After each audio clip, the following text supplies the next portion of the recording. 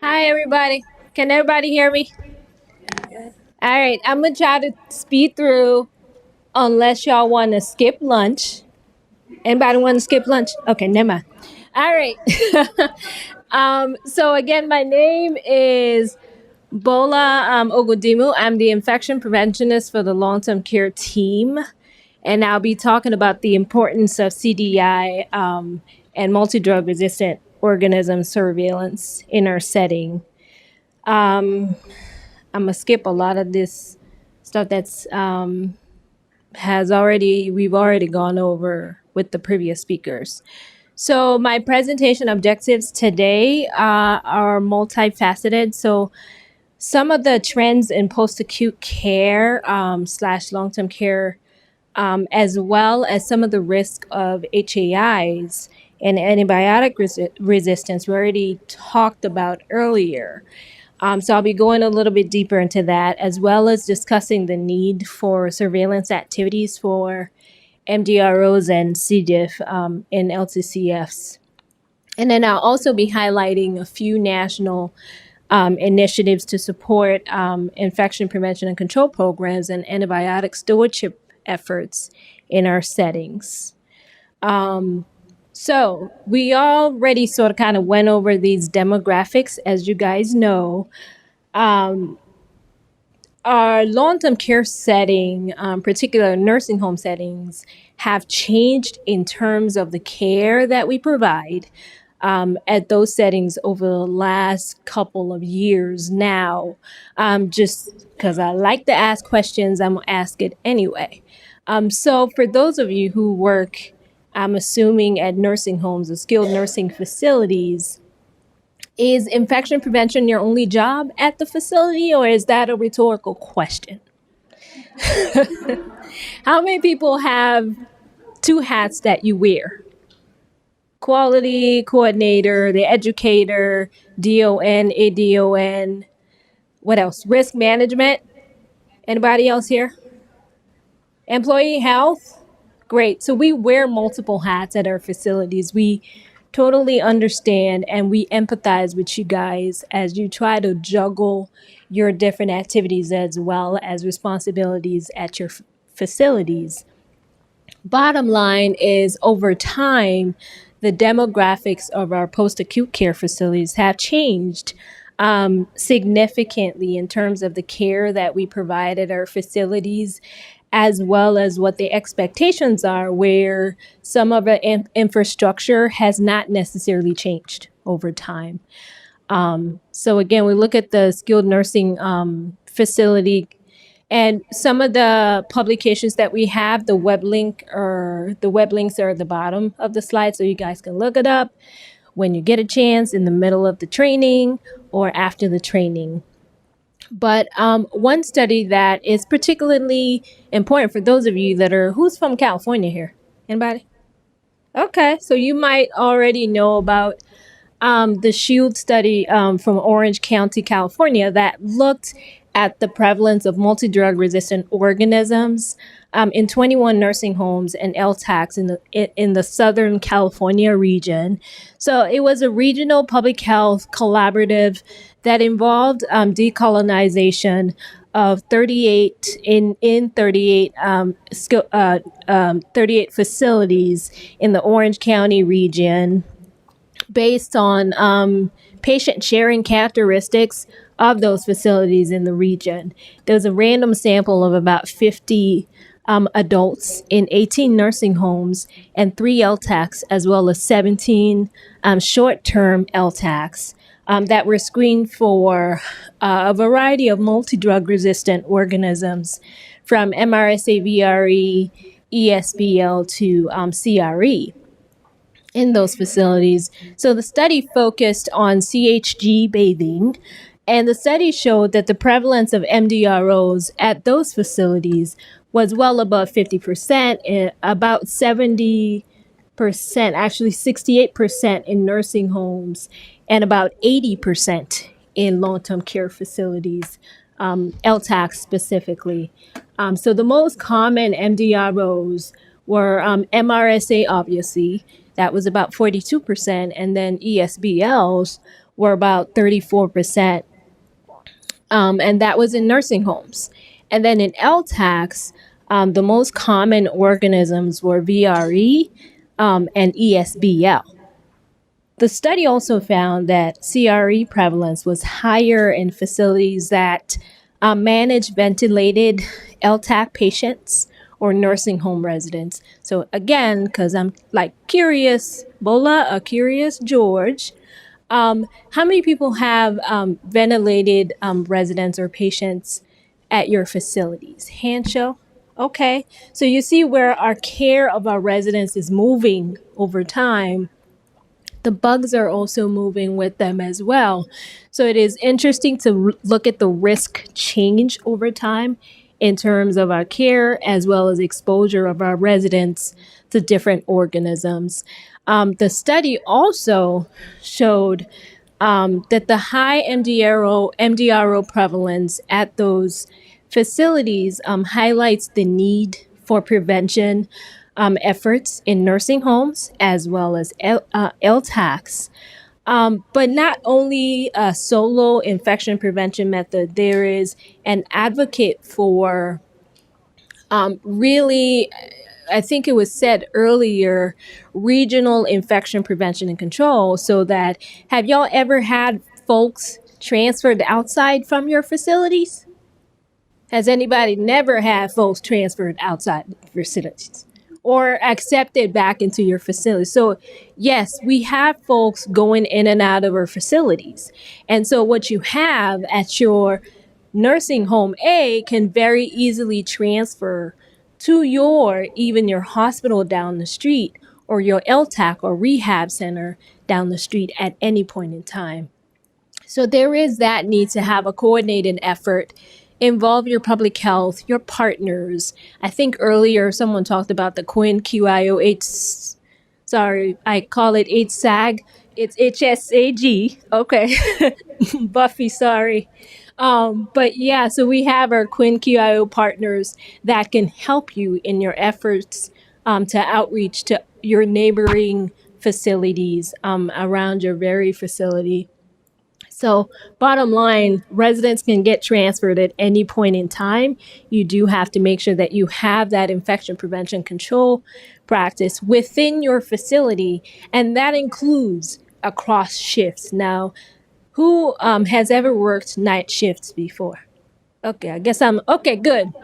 Good, because I used to work night shifts, so I understand the need to have that communication process within the facility and also outside that facility, and to have consistent practices across the board.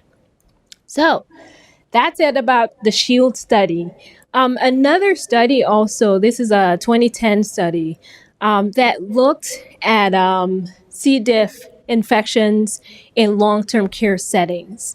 And so in this publication, even though it was a little bit less than 10 years ago, C. diff infections were highlighted, and there was a large number of people shown as entering nursing homes that were colonized with C. diff. So even if they weren't actually sick, they also had that colonization factor coming into nursing homes. And then the study also showed like another large number of residents acquire C. diff while receiving care in nursing homes, and highlighted the need to pay attention to antibiotic use within facilities. As you guys would probably hear about the AU module, antibiotic use module, to look at to pay attention while you're doing your surveillance to what's being used to address those situations with the residents getting infections. So next up, this particular study was actually from 2012, and the publication showed that in the US, there were over 100,000 cases of C. diff that may be occurring in nursing homes every year. So most of the people with C. diff infections were shown to have recent exposure to antibiotics, and almost 80% of them developed C. diff in the nursing home within the first month of being discharged from the acute care facility, it also showed almost 1 in 5 residents with C. diff were transferred back to the hospital because of their infection, and close to 10% died within a month of their infection. So, as we already know, for those of us that have worked in healthcare for some time, or even if you haven't, you probably had your friends or your family member in healthcare, so you realize the exposure that comes, with the care that they may be getting. So we know that there are multiple healthcare drivers of C. diff infection and MDROs in healthcare. We also do know that bacteria can emerge and spread in our healthcare facilities, and so it becomes easier to identify facilities to improve bedside practices, which would then reduce the transmission of these multi-drug resistant organisms, or C. diff, during our care of our residents at our facilities. So step one really of focus should be our fight against drug-resistant bacteria. And really, it relates to understanding the ways in which the bacteria that our residents can get can develop and spread in healthcare facilities as well as the community.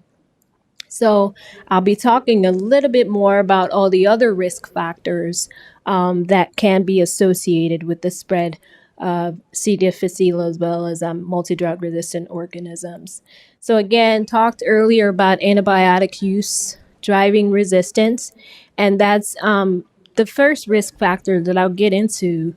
And it's not that the drugs themselves cause resistance automatically, but they create a situation where strains of bacteria which have resistance are able to survive because of the susceptible strains that have been killed off by taking antibiotics. So some antibiotic exposure may allow bacteria with existing resistance to survive or thrive. And then the more we use such antibiotic agents, the faster the resistance happens, essentially. So certain resistance genes are readily shared from one bacteria to another. So this graph in particular shows that a number of antibiotic prescriptions increased over time. So we have from 1998 until 2005. Again, excuse the little datedness of this, but this story is still true even now. So you may notice that there was a lag from when the prescriptions started going up really to when the resistance was first identified. So that once it emerged in the community, though, it was pretty consistently increased over time, as you can see from the curve going up over time, just to show how antibiotic use increases the capacity for resistance over time. So another risk factor really is the use of medical devices. So if you look back and see like what kind of medical devices we're using on our residents, as I had asked earlier, how many people, show of hands, use or have their residents on ventilators? We had probably maybe about 6 or 7. Can y'all raise your hands up again? Okay, so we had quite a number of people. How many people use indwelling urinary catheters on their residents? Okay, how many people use central lines on your resident? What kind of central lines? Ports? Hopefully not. PICs? Yes, so mainly PICs. Any other kind of invasive devices? Just to get a feel. Any trachs? Okay, so we have, how many people use trachs? Okay, so we got quite a number of trachs in our audience. So again, we have that resident exposure to those devices. And over time, as we know, biofilm is like the slime layer that builds around the surfaces of those devices. So over time, we get that biofilm build up. And antibiotics do not penetrate the biofilm. So what happens if you have that resident in and they have their trach for months, hopefully not years, what happens over time? The slime builds up.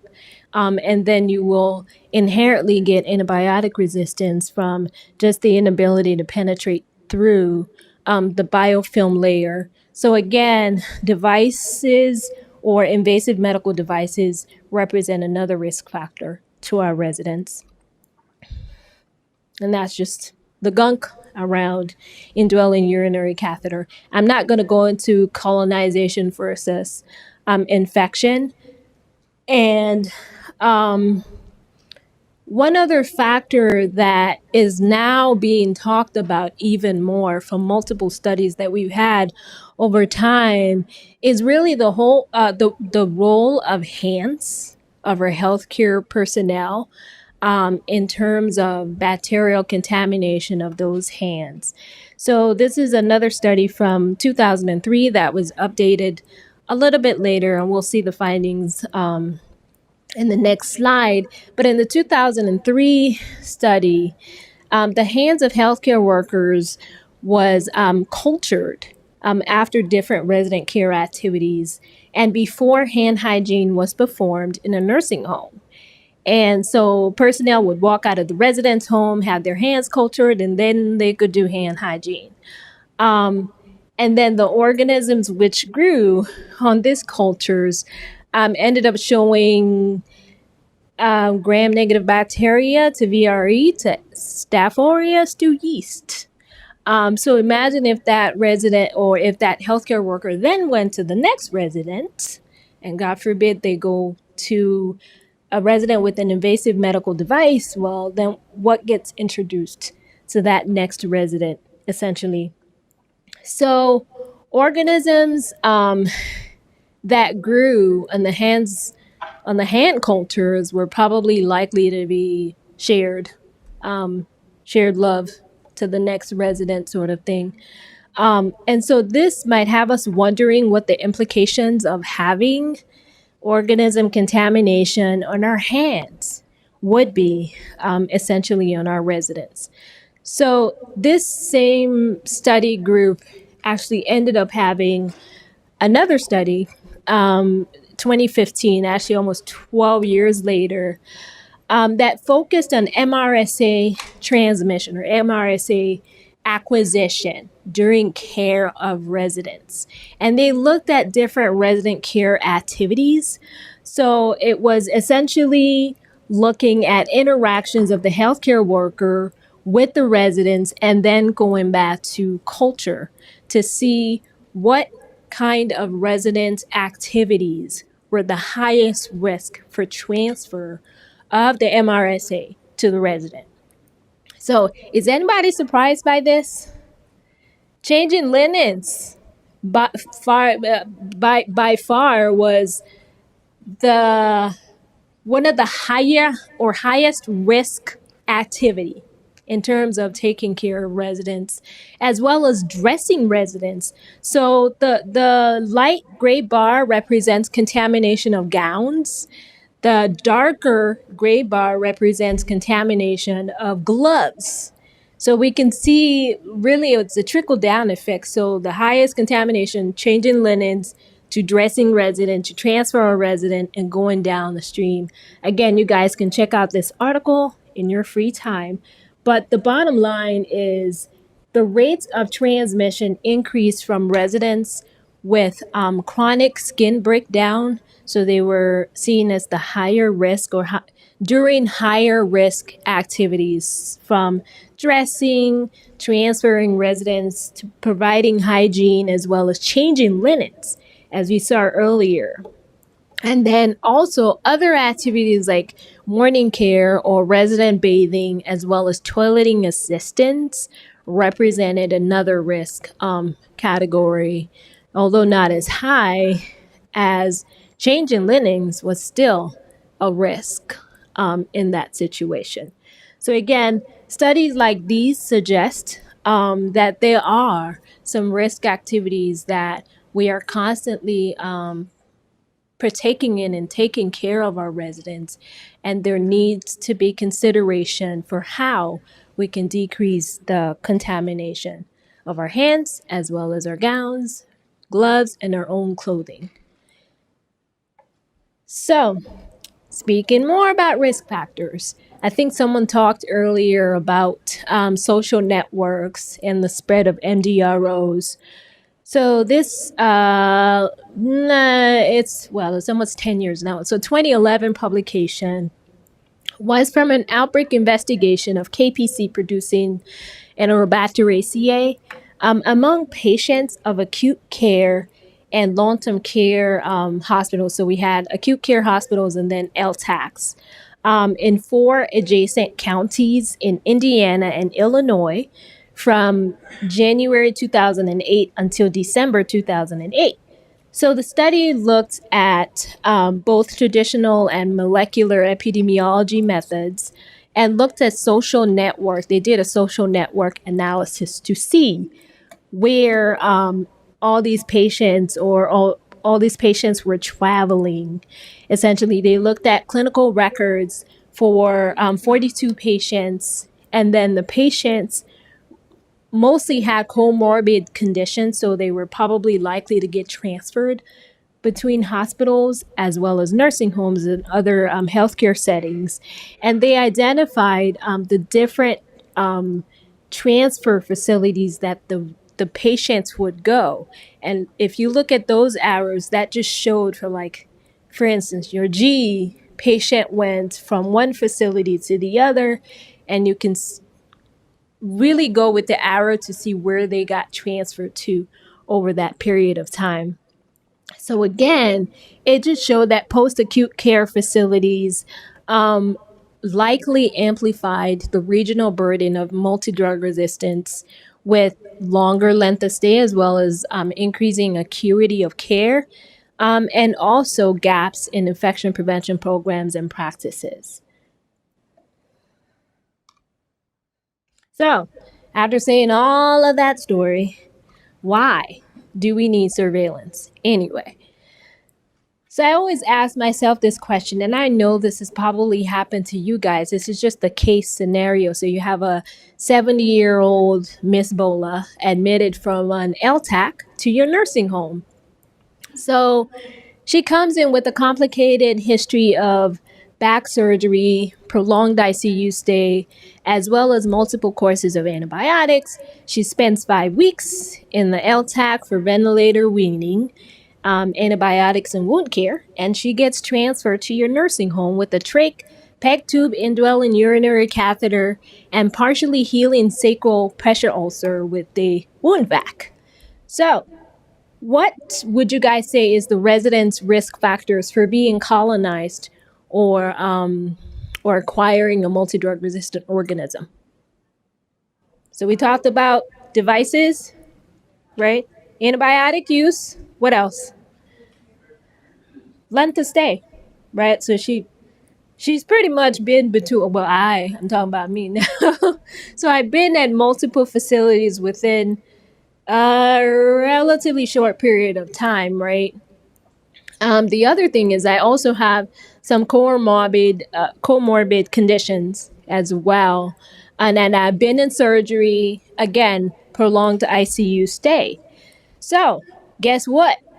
1 week later, while I'm still at the nursing home, I become unresponsive and I'm transferred to the hospital ED across the street. So I get a fever. I've increased oxygen requirements, purulent respiratory secretions, and my x-ray shows a new infiltrate. And that same week, I suddenly develop diarrhea. And the doctor orders a stool culture, and culture from my trach shows the following.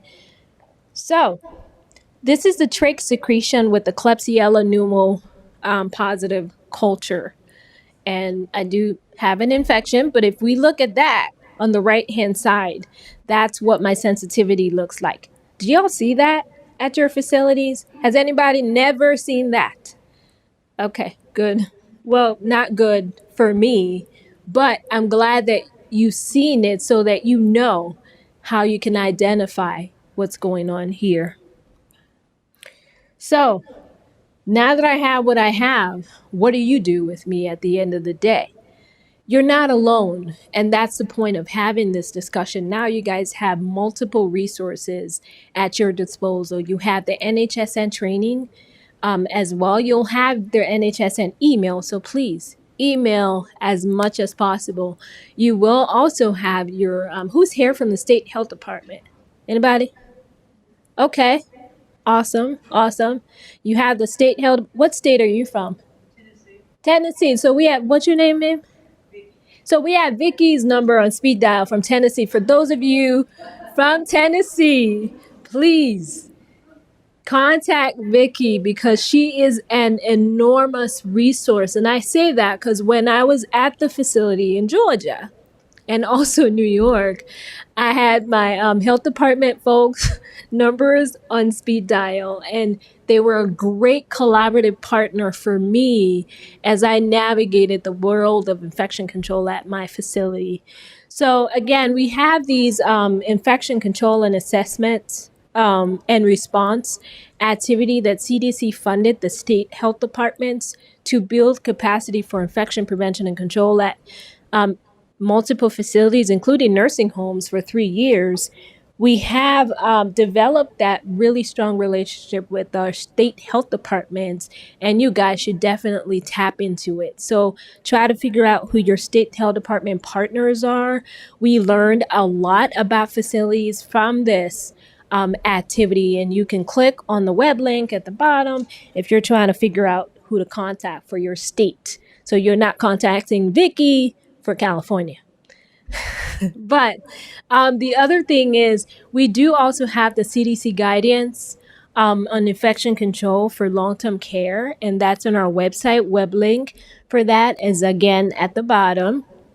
We also do have our core elements for antibiotic stewardship for nursing homes, which is a stepwise. We actually, as part of the core elements, we do have a core elements checklist, and you can download it, save it, print it out, give it to your medical director, and go through it with him so that you guys can come up with a plan for setting up an antibiotic stewardship program at your facility. But don't feel like you have to do this alone. So the other thing that we have is our free CDC nursing home infection prevention training course. How many people have seen that? Okay, it's free, y'all. So you don't have to pay, but you do have to register on CDC Train to get access to the course. It's multiple modules, and you don't have to complete all the modules at the same time. So if you're interested in getting something on transmission-based precautions, for instance, you can click on the module that's related to transmission-based precautions. We encourage people to go through the modules, but if you're not able to find time to go through the entire 23 modules, pick out whatever module you want to go through. And we have sample policies as part of the modules that you guys can download at any point in time. So I know I talked too much, but I will take your questions at the end. I'll be back there at the end. So I'm not going to cut into your lunch. You guys are free to go. Well, thank you so much.